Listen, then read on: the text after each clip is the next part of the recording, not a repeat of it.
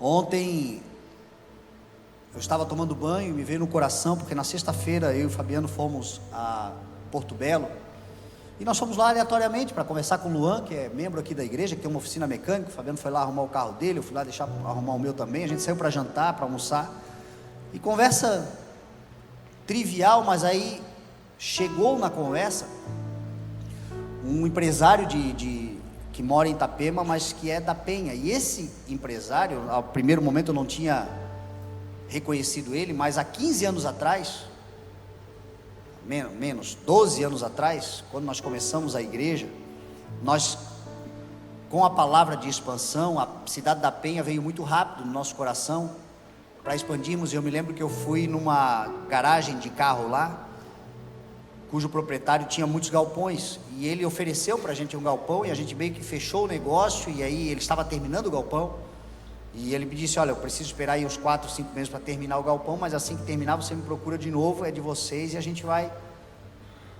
tocar para frente. E eu falei amém, e eu estava feliz com isso. Passou o tempo, a gente foi lá.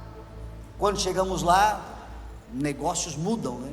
E aí ele tinha definido outra coisa para o galpão, resolveu que ia fazer outras coisas, e acabou que não fechamos o negócio. Passaram-se os anos, eu reencontrei o filho dele lá, e ele me disse: eu sou filho daquele, tu não lembra de mim, mas naquele dia ele estava falando que meu pai estava lá e tal. Falei: ah, tá. E aí acendeu.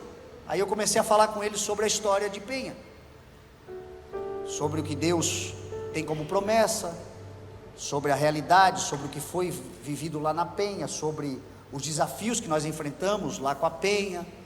E aí ele perguntou: mas a cidade da Penha hoje não tem mais a igreja? Eu falei: olha, a igreja da Penha hoje está unida com a igreja de Navegantes, mas eu creio que não vai demorar muito tempo, o Senhor vai estabelecer a Penha novamente, porque é uma promessa de Deus. Mas hoje a gente tem muita dificuldade na Penha com imóveis, com prédios, o aluguel muito caro, as coisas. E aí, enfim, a conversa morreu ali. Fui para casa, no domingo fui tomar banho, me veio no coração um irmão, amigo que eu tenho, que mora na Penha, e ele está passando assim uma dificuldade agora, um problema pessoal, enfim, de caráter mesmo, emocional, angústias, novo tempo, novo ciclo de vida. E algum tempo atrás ele me falou que ele estava no coração de fazer imóveis para alugar. Tem muitos terrenos, muitas posses lá, e que ele queria fazer imóveis, construir, vender, alugar. Ele estava meio que na... E aí ele me veio no coração, e eu disse a ele: olha, mano, estava orando agora por você, e o meu coração se encheu de alegria no sentido do recomeço, ou do retorno da igreja da Penha. E hoje a nossa dificuldade é imóvel, e você disse para mim que você estava interessado em fazer imóveis, e alugar, e construir para vender. E eu falei: o que você acha de repente você construir um imóvel para o CI da Penha, e a gente pagar o aluguel, enfim, você construir como a gente precisa? Ele mandou uma mensagem assim: ó, você tirou um caminhão de tonelada das minhas costas, porque é exatamente isso que eu preciso fazer. Eu sinto no coração que eu preciso me dedicar a alguma coisa, e já vou ter inclusive uma igreja para congregar, e eu tenho dezenas de terrenos aqui em Penha. Eu quero que você venha comigo essa semana na Penha, escolha o terreno que você quiser. Já vou construir uma igreja como vocês querem que seja. Você pode dar glória a Deus por isso?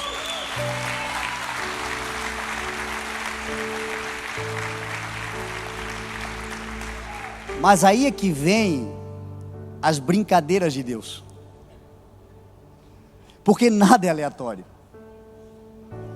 Quando meu pai faleceu, o CI tinha muitas igrejas, dentre elas na Penha uma igreja. E a igreja na Penha, no que diz respeito à estrutura, era a única congregação de mais de 70, tirando a sede, que era uma estrutura feita, planejada, construída como igreja. Porque o que a igreja faz? A igreja aluga galpão, dá uma reformada e congrega todo mundo dentro do galpão. A gente vai adaptando. Mas na Penha foi uma igreja projetada, planejada. E com o falecimento do meu pai, toda a conturbação que foi, a divisão no ministério, tudo que aconteceu, foi-se a igreja da Penha. Não só as pessoas, porque a igreja são pessoas, mas levaram prédio também, levaram tudo. E desde então a gente, lá na Penha, sofre demais exatamente com imóveis. A nossa frustração maior na Penha é que a gente não consegue imóveis. Aí vem Deus, parece estar de brincadeira, né? Podia ser em qualquer lugar, mas vai ser na Penha, porque a glória da segunda casa vai ser maior do que a primeira. Então, meu irmão, comece a orar nesse sentido, porque eu creio que é mais uma manifestação de graça do Senhor, por aquilo que Deus tem para realizarmos como igreja. Mas, como eu disse a você, o prédio, é o que meu pai dizia, é só um saco vazio se não tiver pão dentro. Mas o fato de nós recebermos uma notícia dessa é Deus dizendo: levantem a minha igreja na Penha, porque vocês terão da minha parte um lugar para congregar. Então agora é hora de nós começarmos a orar, levantarmos um clamor, porque eu creio que Deus vai começar a dar a Penha finalmente, porque era dessa forma que Ele queria desde o princípio, devolver a honra que foi tirada, exatamente como a igreja lá era, e agora num tempo mais favorável e uma glória ainda maior. Hoje, o nosso pastor Eduardo está indo para Livramento, que nos últimos meses agora Livramento é fronteira do Uruguai com Rivera, e é a cidade inclusive da pastora Mana, da esposa do bispo Bartolomeu. E nos últimos meses nós recebemos várias visitas, tanto aqui quanto no CI de Navegantes. Tem irmãos em Navegantes congregando que são de Livramento. Também, por uma jesuicidência, começaram a frequentar o CI, famílias inteiras de Livramento. E agora o nosso pastor, um dos nossos auxiliares do pastor Eduardo, lá de Montevidéu, foi para Livramento. E o Eduardo está indo para lá e provavelmente vai começar um Connect em Livramento. Meu irmão, o que eu tenho dito para você? Eu vou repetir, eu falei aqui numa segunda-feira, algumas atrás. Deus me deu uma palavra, lá em Aceguá, no Salmo de número 2, que diz assim: Tu és meu filho, eu hoje te gerei, peça-me e eu te darei as nações como herança e até os confins da terra como tua propriedade.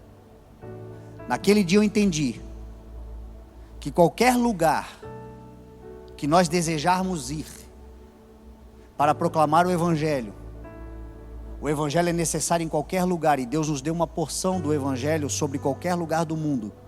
Qualquer lugar, território, cidade, bairro, qualquer lugar que nós desejarmos ir, se nós pedirmos ao Senhor, Ele vai nos dar. Agora, depende da nossa competência, porque Deus não é Deus de brincadeira, para a gente pegar e não dar conta de continuar. Pegar e largar o arado, pegar e desistir. Deus quer dar, mas Ele quer responsabilidade, competência e desenvolvimento. Então deixa eu dizer uma coisa para você. O mundo precisa ouvir o Evangelho. O mundo tem que ouvir. Existem muitos Marlons de 24, 25 anos atrás, embaixo de sofás, em beira de pontes, em situações deploráveis, que precisam ouvir Lúcius dizendo: ei,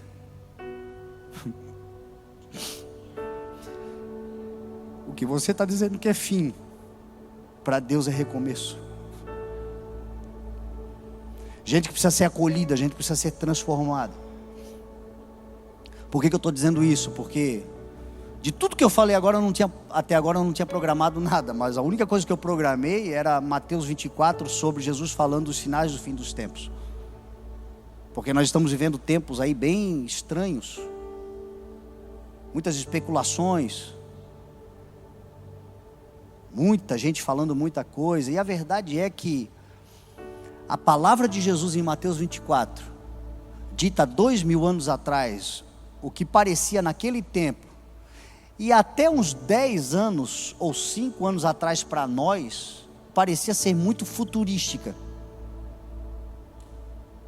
E hoje, se a gente lê Mateus 24,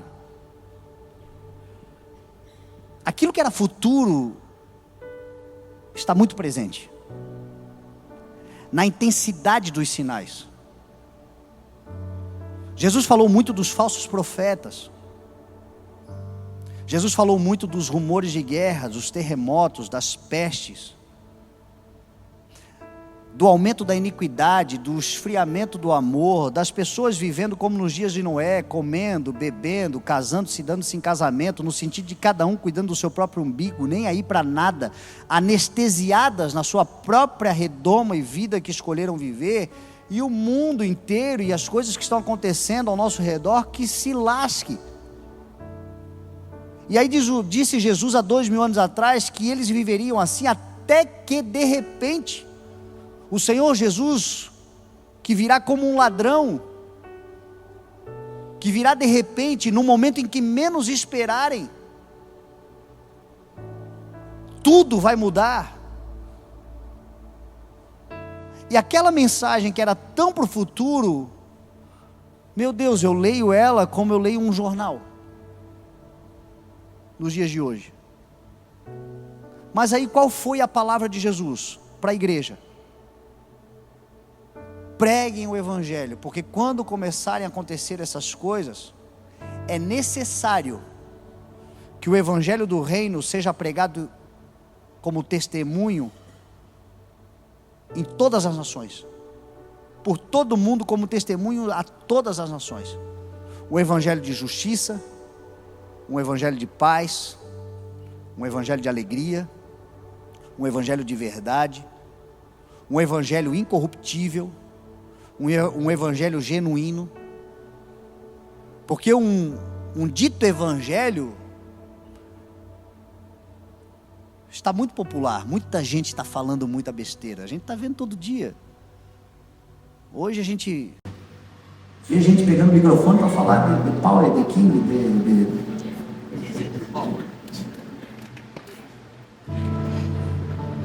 Onde está Deus nessas coisas? Eu lamento muito, porque hoje eu ainda disse, o caso desse menino, ele é uma vítima, porque é um menino que desde os 3, 4 anos tem um talento indiscutível, uma capacidade, que isso é Deus quem deu, mas nas mãos de cães, de corruptos, de gente que está provocando nele um mal irremediável, sequelas irremediáveis que só um milagre de Deus. Hoje ainda na caixinha de perguntas fizeram uma pergunta sobre isso, eu contei a história de uma menina, que é real. Se você entrar no YouTube, tem lá a história da menina cachorro, uma menina que aos 3 anos de idade foi abandonada pelos pais que eram bêbados, drogados, largaram a menina dentro de um canil, e essa menina ficou lá morando com os cães, dos 3 aos 8 anos, ela ficou 5 anos, até que um vizinho viu e denunciou. Quando chegaram lá, essa menina era um cachorro, ela andava de 4 patas como um cachorro, ela latia como um cachorro, ela comia como um cachorro, ela se lambia como um cachorro, ela era literalmente um cachorro. E a psicologia explica isso, nós somos fruto do meio, nós somos resultado do meio. Hoje quando a gente vê um menino de 13, 14 anos vivendo dessa forma, é porque ele foi doutrinado dessa forma. Isso para mim aumenta a nossa responsabilidade sobre como é que nós estamos doutrinando os nossos filhos, a próxima geração, com o Evangelho genuíno. E a única forma de combater o mal é o bem, a única forma de combater a mentira é pregando a verdade, nada se pode contra a verdade, não é nos calarmos. Então mais do que nunca, quando eu falo para você que é tempo de expansão, meu irmão, o Evangelho precisa ser pregado, e se você carrega o Evangelho de verdade, você não tem o direito de se calar. E se você pedir, o território que você pedir, o Senhor vai te dar, porque é uma necessidade, muita é a demanda, grande é a obra, grande é o trabalho, poucos são os trabalhadores. Então coloca isso no teu coração. Eu vou gastar os próximos tempos da minha vida tentando ajudar quem quiser ajuda, desenvolver quem quiser se desenvolver, preparando esses caminhos, os terrenos, como aconteceu em Penha, vai acontecer em Balneário, vai acontecer em Itapema, vai acontecer em todas as nossas regiões aqui, vai acontecer na nação, vai acontecer, Deus quer fazer, mas isto acontece através de vidas, porque Deus exerce o seu trabalho sobre a terra, como a sua igreja, através de pessoas. Então há de se levantar pessoas que digam: eis-me aqui. Nós precisamos de gente como Lúcio, que encontrem em Valados as pérolas, porque Deus nos disse que nós somos uma igreja de Valados. Nós vamos encontrar valores aonde ninguém acredita, ninguém entende, ninguém reconhece. Mas nós veremos se levantar sobre essa geração muitos bispos Marlon, muita gente de Deus sincera, que está disposta a se entregar, e que Deus vai levantar, e que as coisas vão acontecer, e sobretudo o evangelho vai ser pregado, porque é esta a palavra de Jesus. Não é para ficar tentando acertar dia, não é para ficar tentando acertar hora, não é para ficar nestas especulações, não é para ficar nesse mundo aonde as pessoas estão afirmando coisas, e Jesus diz: tá, por que vocês estão olhando para tudo isso? Vão e preguem, vão e proclamem o amor de Deus, criem um ambiente saudável, criem um ambiente de ovelhas e não de cães, criem um ambiente onde as pessoas possam se achegar, porque é verdade que a gente tem que buscar muita gente, mas pastor Luiz Hermínio fala uma coisa que eu gosto muito. Ele diz assim: quando Deus resolve abençoar, não é você que pesca, é o peixe que pula dentro do barco. E é verdade, nós estamos vivendo esse tempo, tem muita gente pregando, mas tem muita gente sendo enviada que a gente nem sabe de onde vem, quando a gente vê está dentro do barco. Mas o ambiente tem que ser saudável, o ambiente tem que ser de verdadeiros evangelistas, de gente que vive o evangelho de verdade, de gente que não vive a teoria somente, mas a prática daquilo que conhece como teoria. Meu irmão, vai haver conversão, transformação de vidas, e nós vamos cumprir. E aí, quando aquele dia chegar, que vai ser quando nós menos esperarmos, Jesus termina Mateus 24 dizendo assim: o que acontecerá com o servo que o Senhor coloca como encarregado da sua casa e que serve os seus conservos? Ele chegará, lhe colocará no lugar de honra, ele dirá: bem-aventurado és tu, tome os meus tesouros, governe sobre os meus despojos.